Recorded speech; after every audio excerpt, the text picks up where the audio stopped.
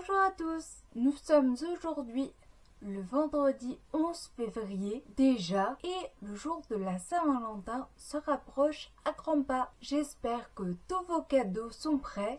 Encore une fois, je vais essayer de faire en sorte que cette vidéo ne dure pas trop longtemps, mais je ne peux rien promettre. On se retrouve donc pour une vidéo sur l'actualité, puisque cette vidéo sera à propos de la Saint-Valentin. C'est parti! La Saint-Valentin trouve ses origines en Grande-Bretagne au XIVe siècle, alors que cette dernière était encore catholique. Le 14 février était fêté comme un jour ordinaire, mais durant lequel les oiseaux trouvaient leur moitié. Comme Halloween, cette célébration s'est répandue dans le monde anglo-saxon, mais pas vraiment dans le reste de l'Europe au début. Ensuite, grâce à un poète qui a écrit que les amoureux se choisissaient ce jour, ça s'est élargi. La Saint-Valentin est devenue une fête laïque au fil des années et elle rassemble aujourd'hui tous ceux qui s'aiment. On parle surtout des amoureux, bien entendu, mais cette fête peut aussi célébrer les personnes qui s'aiment d'un amour fraternel, comme des meilleurs amis ou de la famille, mais c'est beaucoup plus rare. La Saint-Valentin est l'occasion d'exaucer ses rêves ou les rêves de son amoureux, de s'échanger des mots doux, des cadeaux, etc. Bien que cette fête soit devenue assez commerciale, je pense qu'elle a tout de même un fond qui nous tient vraiment à cœur. Et étant célibataire il y a encore peu de temps, je sais que c'est surtout les célibataires qui crachent sur cette fête. Désolée pour les personnes célibataires, mais voilà, il faut dire ce qui est.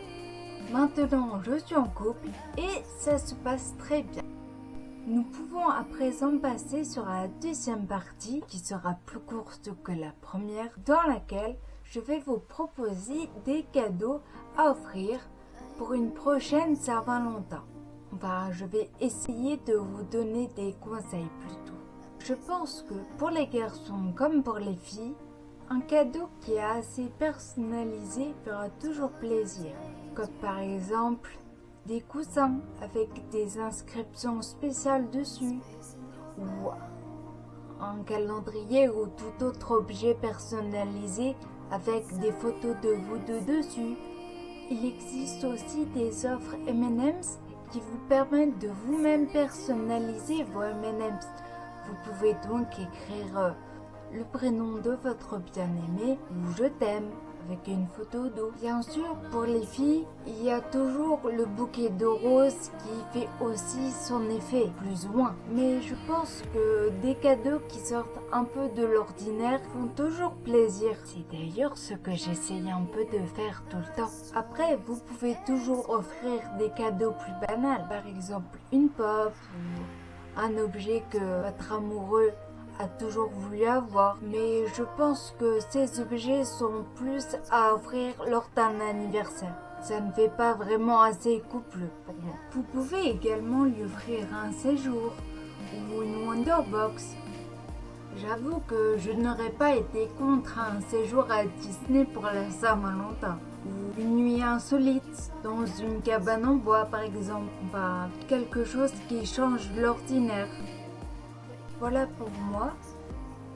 Je pense que j'ai réussi à vous apprendre quelque chose. Et si ce n'est pas le cas, eh bien désolé. Je vais vous souhaiter de passer un bon week-end, une bonne Saint-Valentin. Et on se retrouve la semaine prochaine. Je vous dis au revoir. N'oubliez pas de toujours croire en vos rêves. Et ciao tout le monde!